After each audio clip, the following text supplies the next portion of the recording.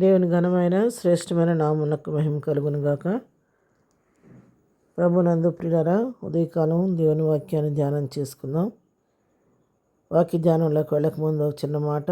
గత 3 రోజులుగా మెసేజ్ పెట్టలేదు. నాకున్న అనారోగ్య కారణాన్ని బట్టి కొంచెం కోల్డ్ కాఫ్ ఉండి వాయిస్ సరిగా రాకపోవటం వల్ల నేను మెసేజ్ పెట్టలేకపోయాను. దయతో ఈ యొక్క ఆటంకానికి చింతిస్తున్నాను. అర్థం చేసుకుంటారని అనుకుంటున్నాను. కొంతమంది అడిగారు కూడా ఎందుకు పెట్టలేదు మెసేజ్ అని కూడా. మరి ఇది ఇన్కన్వీనియన్స్కి సారీ చెప్తున్నాను. సరే, ఈరోజు వాక్య ధ్యానం చేసుకుందాం. ఈరోజు వాక్య ధ్యానం కొరకు మనం తీసుకున్నటువంటి లేఖన భాగం 1 రాజుల గ్రంథం 6వ అధ్యాయం 12వ వచనం. ఈ మందిరమును నీవు కట్టించుచున్నావే, నీవు నా కట్టడలను న్యాయ విధులను అనుసరించి నడుచుకొనుచు నేను నియమించిన ఆజ్ఞలన్నిటిని గైకొని ఎడల నీ తండ్రి అయిన దావీదుతో నేను చేసిన వాగ్దానమును నీ పక్షముగా స్థిరపరిచెదను. దేవుని నామమునకు మహిమ కలుగునుగాక. మరి ప్రభు అయిన యెహోవా దేవుడు ఈ వాక్యం సెలవిస్తున్నాడు. సొలొమోనుతో ప్రభు ఈ మాట సెలవిస్తున్నాడు. సొలొమోను మందిరం కట్టే సమయంలో నువ్వైతే మందిరం కట్టుచున్నావు, కానీ మరి మందిరం కట్టడం మాత్రమే కాదు, నేను ఈ తండ్రి అయినటువంటి దావీదుకి నేనేమైతే నిబంధన చేశానో, ఏమైతే మరి నేను వాగ్దానం చేశానో ఆ వాగ్దానాన్ని పక్షంగా నేను స్థిరపరుస్తాను. ఆ విధంగా నేను స్థిరపరచాలంటే నువ్వు చేయవలసింది ఏంటంటే, నీవు నా కట్టడలను న్యాయ విధులను అనుసరించి వాటి చొప్పు నువ్వు నడుచుకోవాలి. నేను నియమించే ఆజ్ఞలన్నిటిని నువ్వు గైకొనాలి.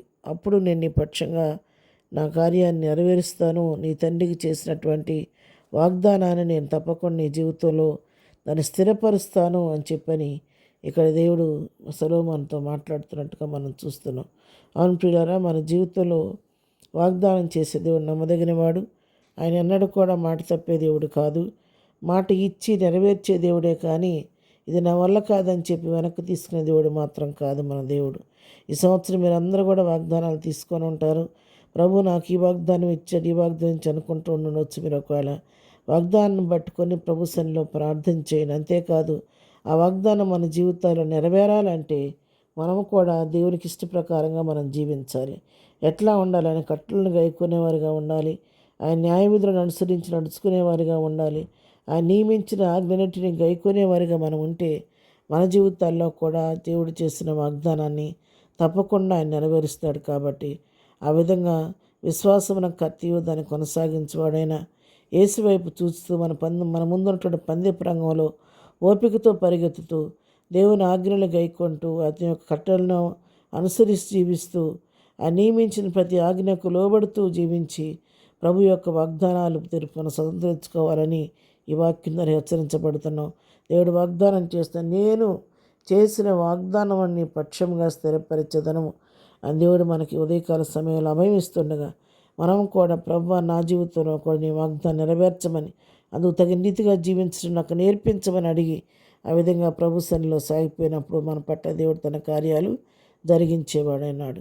అటు విధంగా అందరూ ప్రార్థన చేసి మీ వాగ్దానాలు స్వతంత్రించుకోవాలని కోరుకుంటూ నా మాటలు ముగిస్తున్నాను. అలాంటి కృపా ధన్యత ప్రభు మనకు అందరికీ దయచేయను గాక. ఆమెన్. ప్రార్థన. ప్రేమగలిగిన తండ్రి, పరిశుద్ధుడైన మా ప్రియ ప్రభువా, మీ పరిశుద్ధ పాదములకు వందనాలు. ఉదయకాల సమయంలో వాక్యం వింటున్నటువంటి బిడ్డలందరినీ దీవించి ఆశీర్వదించండి. వారి జీవితాల్లో కూడా నాయన ప్రభువా, నువ్వేవైతే వాగ్దానం చేసే వాగ్దానాన్ని వారి పక్షంగా ప్రభువా నాయన స్థిరపరచండి. ఆ వాగ్దానాలు నెరవేర్చి ప్రభువా దాన్ని బట్టి వారి హృదయాలు సంతోషించి ఆనందించే భాగ్యం దయచేయండి. ఎదురున్న బిడ్డలు వెళుతున్న మార్గం అంతట్లో నీ కాపుదలు దయచేయండి.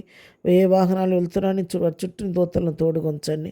చేస్తున్న పనులన్నింటిలో నీ ఆశీర్వాదం దయచేయండి. ఆయన వారి బిడ్డలను దీవించండి. ఎగ్జామ్స్ రాస్తున్న బిడ్డలందరికీ ప్రత్యేకమైన జ్ఞానం దయచేది. బర్త్డే మ్యారేజ్లు జరుపుకున్న కుటుంబాలను దీవించి వారి జీవితాల్లో నీ ఆశీర్వాదం దీవెని మెండుగా దయచేయండి. ఆయన బలహీనందరినీ ముట్టి స్వస్థపరచండి. సమస్యలు ఉన్న వారిని విడిపించండి. దుఃఖంలో ఉన్న వారిని ఓదార్చమని, ఎదురు దీవులతో ప్రతి వారిని నింపి నడిపించమని యేసునామములో ప్రార్థించడిగి పొందుకొని ఉన్నాము తండ్రి. ఆమెన్. ప్రభు కృప మనందరికీ సదాకాలము తోడయుండి నడిపించును గాక. ఆమెన్. అందరికీ వందనాలండి. ఒకసారి మరి సబ్స్క్రైబ్ చేసుకున్న మీ అందరికీ వందనాలు. ఇంకెవరైనా ఛానల్ సబ్స్క్రైబ్ చేసుకోకపోతే దయతో సబ్స్క్రైబ్ చేసుకోండి. వాక్యాన్ని ఇతరులకు కూడా షేర్ చేసి ప్రభు పనిలో పాలుభాగస్తులు కావాలని కోరుకుంటున్నాను. నా ఆరోగ్యం కొరకు కూడా ప్రార్థన చేయండి. దేవుడు మనందరినీ దీవించి ఆశీర్వదించును గాక. ఆమేన్.